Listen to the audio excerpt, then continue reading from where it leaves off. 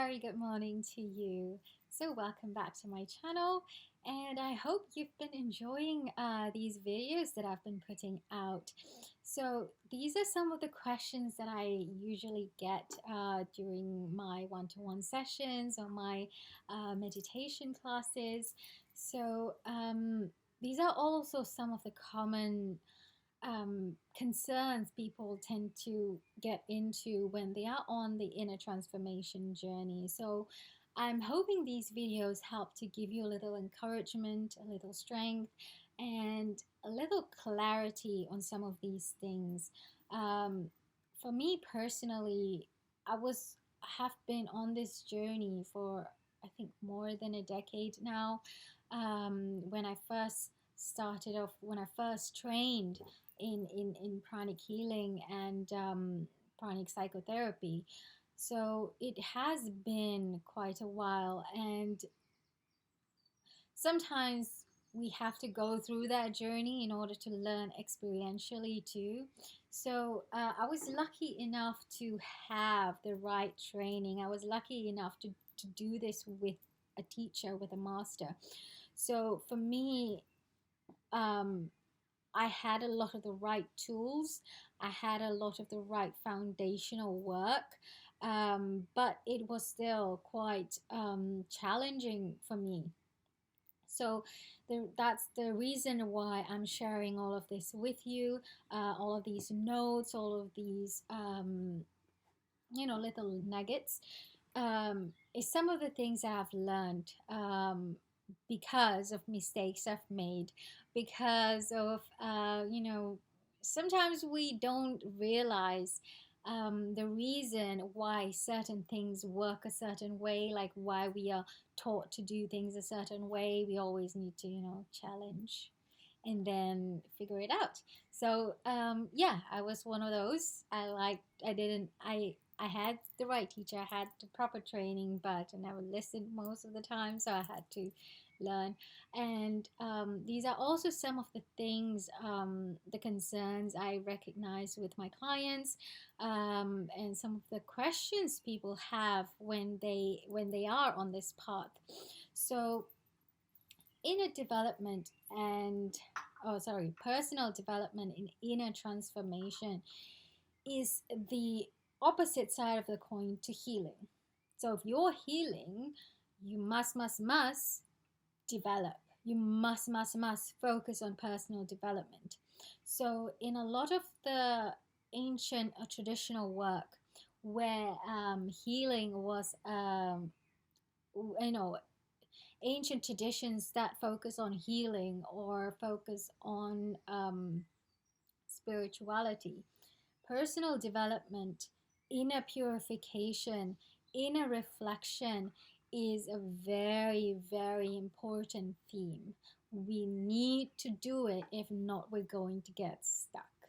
So, healing is all about two things, the two fundamentals of healing: take out what you don't need, put in what you do.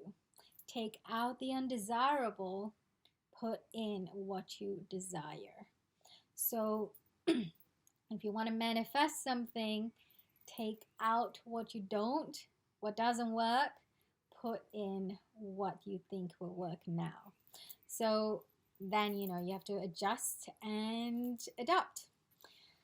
Now, what I wanted to talk about, that a lot of people have a problem with, which I shared a little bit about in a previous video, but it's so important and it's so difficult to grasp sometimes, because when we are in the throes of something, when we are struggling with anxiety, depression, um, or when we are right smack in the middle of healing and we just have no outward outlook, then this is an important concept to grasp first and foremost.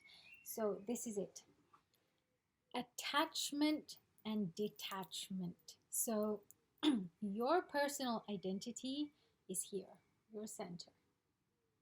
Everything else is happening around you.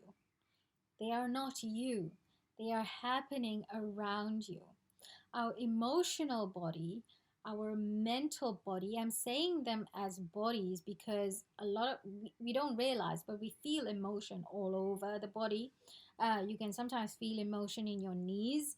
You can sometimes feel emotion at the back of your head instead of the front. So if you're doing healing for a while, you'll know what I mean, right? So emotions is a body around you and inside of you. So it's an interpenetrating body. That is how we were taught. And if you look into theosophical books and theosophical philosophy, it's called the astral body.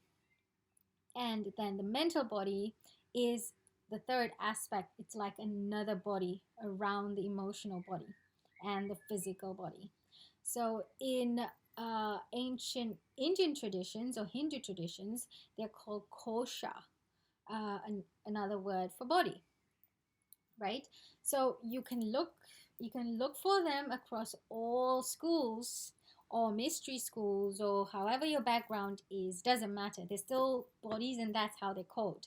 So why they're called bodies is because they span your entire body. They actually look like eggs around you. And now, having said that, your emotional body, your physical body, your mental body is not your identity. Your identity is is a seed within you. So we call this in personal development in self-help communities as the I am consciousness. If you're familiar with the power of now, the work by Eckhart Tolle, you're familiar with Dr. Joe Dispenza, or you're familiar with theosophical studies or esoteric studies, it is the I am consciousness that is your identity. Everything else is a body that you wear, like clothes, right? You wear winter clothes, you wear summer clothes, you wear different clothes to have different, for different needs, right? In the very same way, we have different bodies to perform a different function so that we can experience this life fully functional, right? If we don't have emotions, it's like not having a winter coat. You can't survive winter. You need your emotions. So if you don't have the right mental body, the right thoughts, you can't think, you can't do things, you can't receive thought, right? If someone else is sharing an idea with you, it takes your mental body to recognize that external thought, receive it, understand it, process it, and translate it to your brain, so that your brain understands. Your brain is not your mind. Your mind is beyond your brain. So that is why we have these bodies. But these bodies are not our identity. Why? Because they are transient. They change with time. We don't have the same thought all of the time. Even if you think you're anxious all of the time, and let's say you have a thought, something bad is going to happen to me, and you have that thought all of the time. If you notice, that thought comes in and out of your awareness. There is a little difference, right? So these things are transient. You can't throw this thought away. Let's say you have this thought and you're very anxious or you're depressed or something, and then you're healing, healing, healing. When you heal, this thought is it's less intense. You will notice it will be less intense. So if something can change, it is not eternal, it's transient, right? If it's transient, it's not your identity. Your body can disintegrate, not your identity. Your emotions can fluctuate. I feel angry at this person. How could this person do this to me? With backstabbing, what kind? The next moment, oh my God, my daughter received a prize. It's how wonderful is that? She won this award. Then you feel joy, you're joyous. Just emotion. You can create your emotions, right? Even something triggers an emotional response. The emotional response is created by you, your identity. I am feeling this. I am, because of this thing happening, I am creating this emotion. So your emotional body, your mental body, your mind, and your thoughts are all transient. They come, they go. The most important thing is how to let them go. Number one. That's why this core concept comes into play. Attachment and detachment. I want something, I'm going to do the work to get it. Attachment. Now I've done the work, there's nothing more I can do. Okay, I've done it. We now have to, wait and see for the result. Detachment. Letting go. So a lot of people get stuck because they expect a certain outcome. Expectations is another form of unhealthy attachment. That means you have attached yourself and you're still sitting in the, even though there's nothing else for you to do, you've done your part, you've done your work, you're still sitting in that position. That is unhealthy attachment. So that's where a lot of us get anxious, stressed, because it is no longer necessary, it is no longer healthy for your physical, emotional, and mental bodies to stay involved. So at that point, you need detachment. When you don't do the detachment that you need, you get that as stress. That is unwarranted stress on the body. So it takes time to practice, it takes time to learn the difference between attachment and detachment. And the bottom line is this: have you done everything you can do in that situation to aid that situation? If yes, let go. I'm out the door. If no, there's something else you can do, okay, do it. But remember, are you purposefully creating something to do so you can stay unhealthily attached? Or is that genuinely something you can do? Be very honest with yourself. You have to have brutal self honesty. That is how you have clarity in the mind. You have to know why you're doing the things you're doing. So attachment is like, this is how I was taught. Attachment is like, attachment and detachment is like drinking a glass of water. So you drink, you put the mug down because you don't need it anymore. Your thirst has been quenched, right? If you keep the mug on your mouth indefinitely, you can't do anything else. That's what it is. So when you don't need it anymore, detachment. When you need it, yes, enjoy the moment. Oh, wow, I like coffee, so, drink the coffee, experience the bliss, put the mug down, and go about your day. I like cake as well, so that's the same thing. So, attach, detach. This is so important, and this is where we always get stuck. Be very practical. Spirituality, if it is not practical, it is useless. And it will get you into more problems than it is actually helping. So there has to be a balance between spiritual work, that means personal development work, self-help work, and practical application of it. So if you are doing a lot of healing, doing a lot of spiritual work, doing a lot of what do you call it, transformation work, whatever it is, training to be a shaman, say, you have to balance that with physical effort. You have to balance that with physical practicality.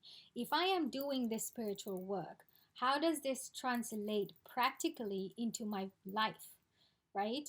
If I am doing all this healing, how does that translate into my daily life? So if you're doing healing, say you're working on your anxiety, you're working on your depression, my relationships, that means my my relationship to my parents, my children, my husband, my wife is enhanced, is now healing, right? Is now, perhaps there's more joy, there's more peace. Practical translation. If you are doing a lot of spiritual work, a lot of personal development, self development, how does that translate? Now, this is very interesting. That manifests physically as your capability to serve others. And how are you helping others? So you're doing all this development in your higher faculties, right? Spirituality is all about the higher mental faculties, the higher intuitive faculties, the development of the crown. How does that translate in your daily life? You're helping others. You're showing others love. You're nurturing others. You're creating a charity.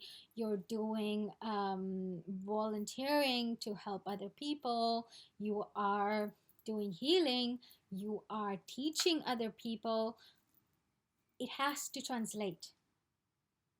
If you're doing a lot of personal development, disciplining or strengthening the will, developing your mental clarity, your focus, your discipline, your dedication. How does that translate physically? It translates into your abundance. It translates into how well you're able to make good business decisions, how well you're able to take care of your employees, the management of people, the management of resources, the management of risk, the management of everything else that is going, how to multitask and how to create financial abundance, how to create prosperity for you and for the people around you. So that is the translation. If you're creating and developing discipline and spiritual awareness and will and strength and courage, that is the translation, right? So it has to translate. It has to become practical. If not, if it doesn't become practical, you become very aloof, you become very flighty, you become very because there's so much energy developing in the highest energy centers, or rather the higher faculties, which is your thought, your emotional clarity, your strength, your willpower and discipline. These are all higher energies. They're all in the head area. You will, usually if you meditate, you'll feel pressure in your head. You have to translate that into a physical expression, and it has to work itself out physically. If not, like I said, there is an imbalance. There is up here, up top, there is great energy. Down below, there is no energy. Down below, your energy centers at the bottom. Your basic chakra, your root chakra, your sacral sex chakra, your navel or navel chakra, and solar plexus is all about practical application of your higher energy center. So all the development going on here needs to be translated to the development going on in your lower energy centers. So I hope I didn't weird you out too much. It's all about, it's very simple. It's all about what you develop mentally, you translate physically. What you develop psychologically, you translate physically. So so get moving. That's what I mean. And when you get moving, there's a difference between attachment and detachment. Everything else, everything you're doing is you attach yourself for a while, take yourself out. I know for workaholics, for people who are anxious, people who are struggling with anxiety and depression, this is a very, very difficult thing to master. But start now, start today by first recognizing the difference between your identity, your core, your essence and the experience you are having. The experience you are having triggers a mental response or and an emotional response. And that is the emotions that you start to feel, that is the thoughts you are starting to think. So this is on one level of truth. I will explain further different levels of truth. So in one reference frame, in one perspective, this is how it works. There is another truth to this, which I will explain in another video. And that is a truth that comes about or is what we talk about in the law of attraction. So if you are into law of attraction, then I highly recommend you watch that video. So thank you very much. And I hope this video serves you and enhances your journey. Thank you so much. Blessings.